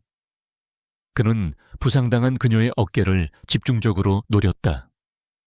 민서는 고통을 참으며 그의 공격을 피하고 관절기를 시도했다. 통제실의 유리 파편 위로 두 사람이 뒹굴었다. 내 스승은 내 앞에서 살려달라고 빌었어. 강민혁이 민서의 목을 조르며 포효했다. 민서의 눈에 순간적으로 분노의 불길이 타올랐다. 그녀는 그 도발을 기다렸다. 그녀는 모든 힘을 모아 그의 복부를 걷어차고 자세를 역전시켰다. 그녀는 바닥에 떨어진 서버 케이블을 집어들어 그의 목에 감았다. 거짓말 마. 그녀가 쇳소리 같은 목소리로 속삭였다. 내 스승님은 너 같은 쓰레기에게 목숨을 구걸할 뿐이 아니야. 그녀가 케이블을 조이는 순간 강민혁이 숨겨둔 단검을 뽑아 그녀의 옆구리를 찔렀다. 헉, 민서가 피를 토하며 뒤로 물러났다. 강민혁이 비틀거리며 일어나 단검을 다시 치켜들었다. 그녀가 부상으로 인해 움직임을 멈춘 순간이었다. 바로 그때 통제실의 강화 유리문이 폭발음과 함께 산산조각 났다. NIS 대테러팀이다. 움직이면 쏜다. 검은색 전술 복장을 한 요원들이 섬광탄과 함께 쏟아져 들어왔다. 민서의 마지막 도박죽은 스승에게 보낸 신호가 응답한 것이다. 강민혁은 얼어붙었다. 그의 모든 퇴로가 차단되었다. 그는 단검을 든 채 망연자실하게 서 있었다.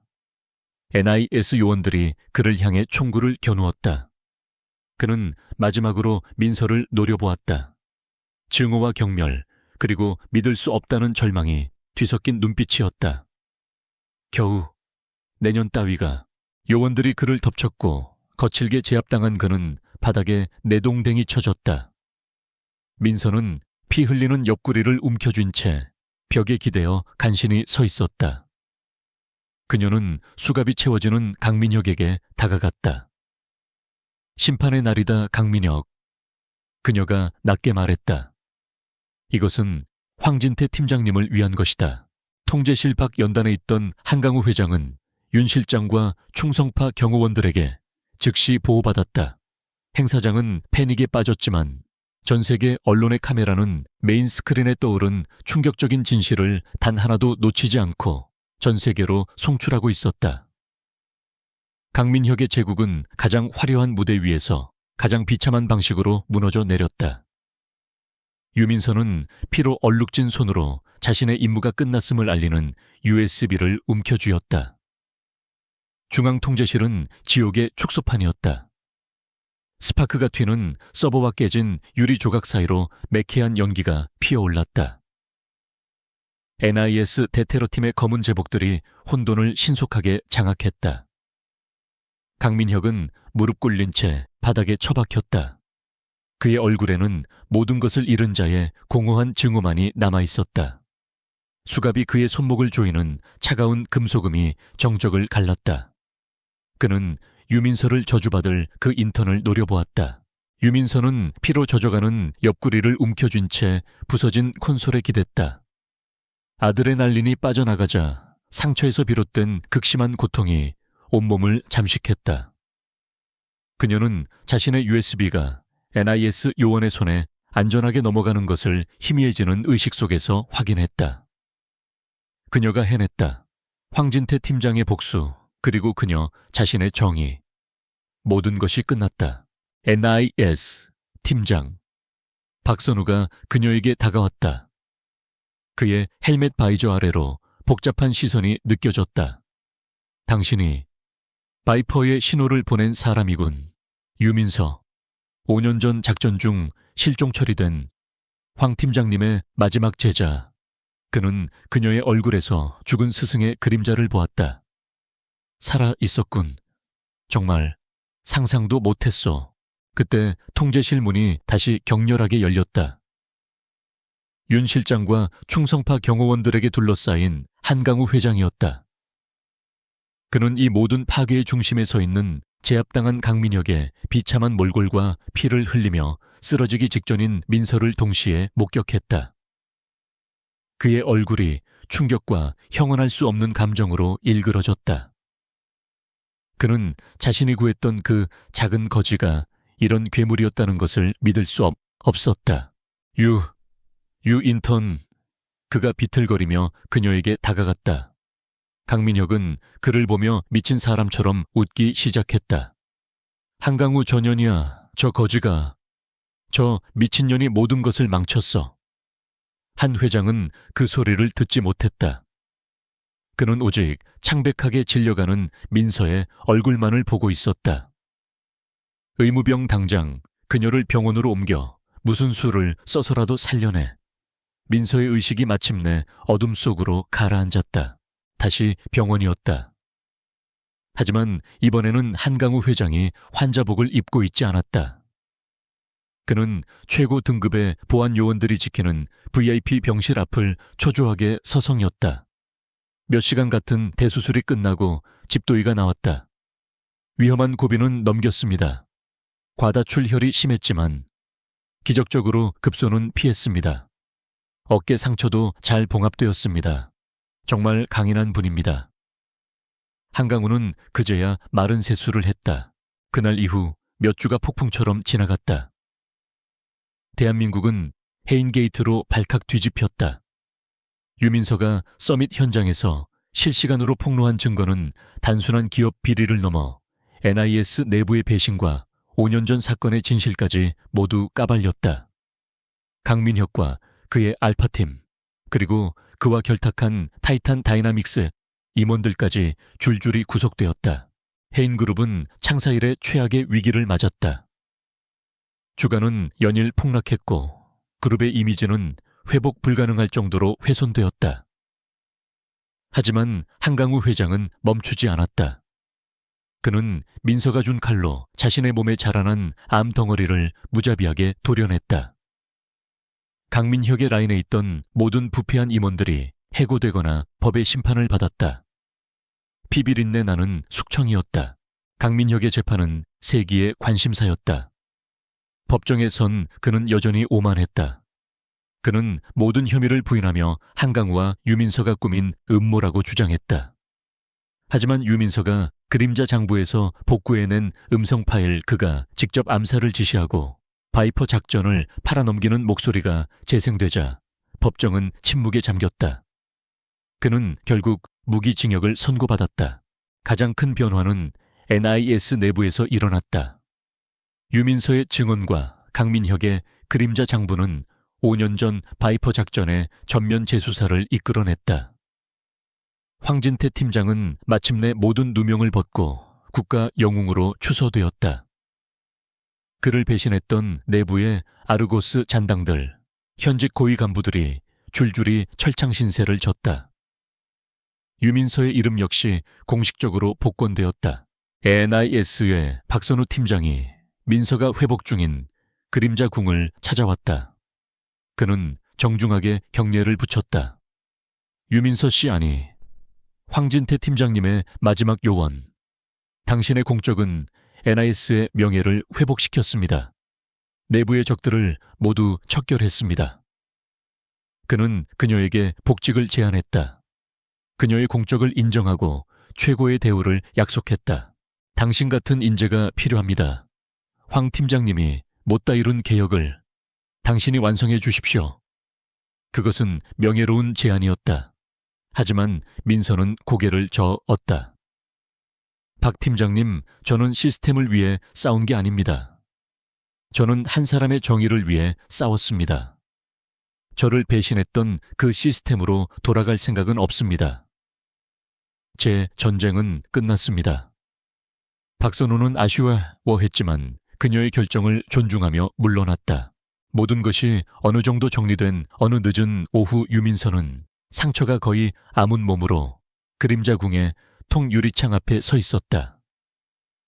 그녀는 더 이상 잿빛의 인턴 유아영이 아니었다. 그녀는 평범한 검은색 니트와 청바지를 입고 있었다. 그 어느 때보다 평온해 보였다. 한강우 회장이 조용히 그녀의 뒤에 섰다. 그는 지난 몇 주간 10년은 늙어 보였지만 눈빛만은 다시 총명함을 되찾았다.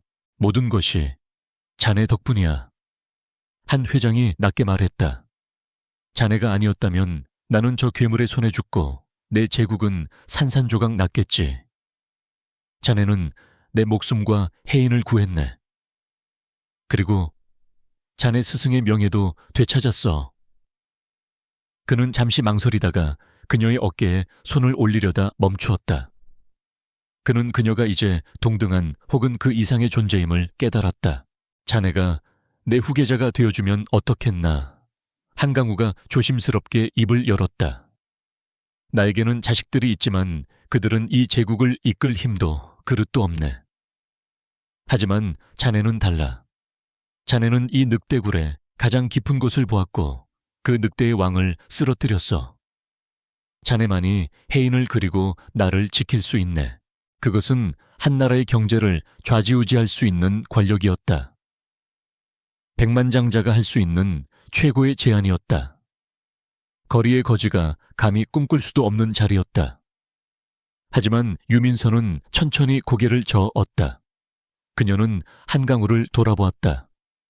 그녀의 눈은 더 이상 복수심이나 분노로 타오르지 않았다. 그저 맑고 깊었다. 회장님. 그녀가 처음으로 그를 편안하게 불렀다. 제가 처음 당신에게 요구했던 것은 강민혁이었습니다. 저는 제 스승님을 위한 정의가 필요했습니다. 당신의 힘은 그 정의를 위한 수단이었을 뿐입니다. 저는 그 힘을 원하지 않습니다. 그녀는 통유리창 너머의 거대한 도시를 바라보았다. 회장님, 그 힘은 저주입니다. 강민혁도 그 힘에 취해 괴물이 되었습니다. 저는 그 무게를 지고 싶지 않습니다. 저는 그저 발 뻗고 잠들고 싶을 뿐입니다. 5년 만에 처음으로 말입니다. 그녀가 부드럽게 웃었다. 그것은 그녀가 지은 첫 번째 진짜 미소였다. 한강구는 그녀의 눈을 보며 그녀의 진심을 깨달았다. 그녀는 권력을 휘두르는 자가 아니라 그림자 속에서 진실을 지키는 자였다. 그는 잠시 침묵하다가 이내 따뜻한 미소를 지었다. 그는 고개를 끄덕였다. 알겠네. 자네는 자네의 길을 가야지. 자네는 자유로울 자격이 있어. 그는 한 걸음 물러섰다.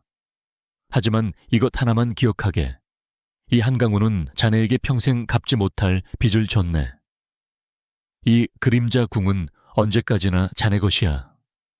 그리고 언제든 무엇이든 필요하면 나를 찾게. 우리는 거래 상대가 아니라 친구 아닌가? 유민선은 고개를 끄덕였다. 감사합니다. 강구 씨. 며칠 후 유민선은 그림자 궁을 나섰다. 그녀는 아무것도 가져가지 않았다. 그녀는 처음 서울에 왔을 때처럼 배낭 하나만을 메고 있었다. 그녀는 평범한 시민들 사이로 섞여들었다. 그녀는 더 이상 유아용 인터넷 아이디 카드를 목에 걸고 있지 않았다. 그녀는 해인타워의 거대한 그림자를 올려다보았다. 한때 늑대의 굴이었던 곳은 이제 질서를 되찾고 있었다. 그녀는 한강변을 천천히 걸었다. 차가운 새벽 공기가 그녀의 뺨을 스쳤다. 그녀가 처음 한강우를 구했던 그 폭풍우 치던 밤과는 달리 오늘은 하늘이 맑았다. 동쪽 하늘에서 서서히 밝은 빛이 번지기 시작했다. 새벽의 빛이었다. 한 작은 거지가 백만장자를 사고에서 구했다. 그리고 그녀는 그 대가로 그의 힘을 요구했다. 그 힘으로 그녀는 거대한 악을 무너뜨렸고 스승의 명예를 되찾았으며 자신을 올가매던 과거의 망령을 처단했다. 이제 그녀는 더 이상 어둠 속에 숨는 그림자가 아니었다. 유민선은 따뜻한 햇살을 느끼며 눈을 감았다. 그녀는 이제 유령도 복수자도 인턴도 아니었다. 그녀는 그저 자유로운 한 사람이었다. 그녀는 천천히 눈을 뜨고 빛으로 가득 찬 도시를 향해 첫걸음을 내디뎠다.